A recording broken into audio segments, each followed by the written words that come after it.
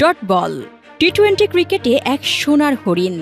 টি-20 ক্রিকেটে এখন বিশ্বজুড়ে ব্যাটারদের আধিপত্য থাকলেও ১২০ বলের এই স্বল্প দীর্ঘ খেলায় বোলারদের একটা ডট বল ঘুরিয়ে দিতে পারে ম্যাচের গতিপথ। সেখানে বাংলাদেশের কাটার মাস্টার খ্যাত মুস্তাফিজুর রহমান ডট বল করেছেন ১০০০-এরও বেশি।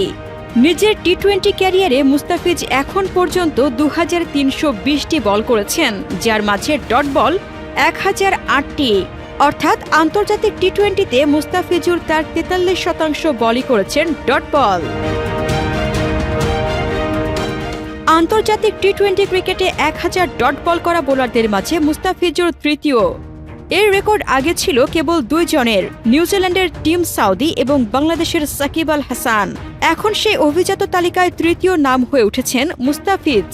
টিম সাউদি তার ক্যারিয়ারের ২৭৫৩ বলের মাঝে ১১৩৮টি ডট দিয়েছেন, অর্থাৎ ৪১% ডট বল দিয়েছেন টিম সাউদি।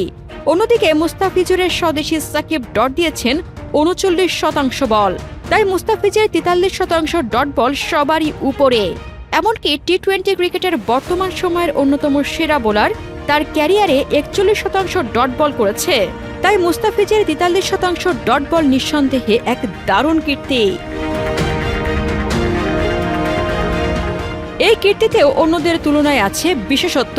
সেই বিশেষত্ব কি? সেই বিশেষত্ব ডেথ ওভার। কারণ মুস্তাফিজকে প্রায় প্রতি ম্যাচে ডেথ ওভার বল করতে হয়, অর্থাৎ ইনিংসের সবচেয়ে চাপে ভরা সময়টায় নিয়মিত বল করতে থাকেন শুধুমাত্র মুস্তাফিজই।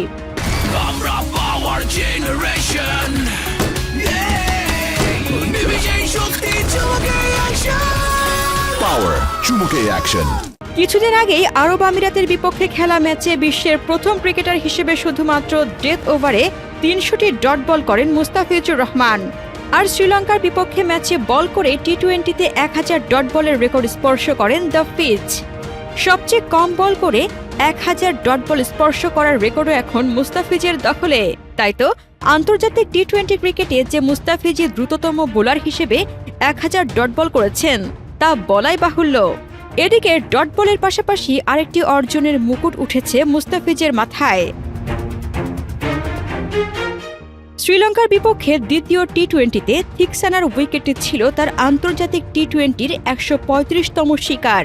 এই উইকেটের সুবাদে তিনি উঠে এসেছেন সর্বকালের সর্বোচ্চ টি-20 উইকেট শিকারীর তালিকার ৫ম স্থানে।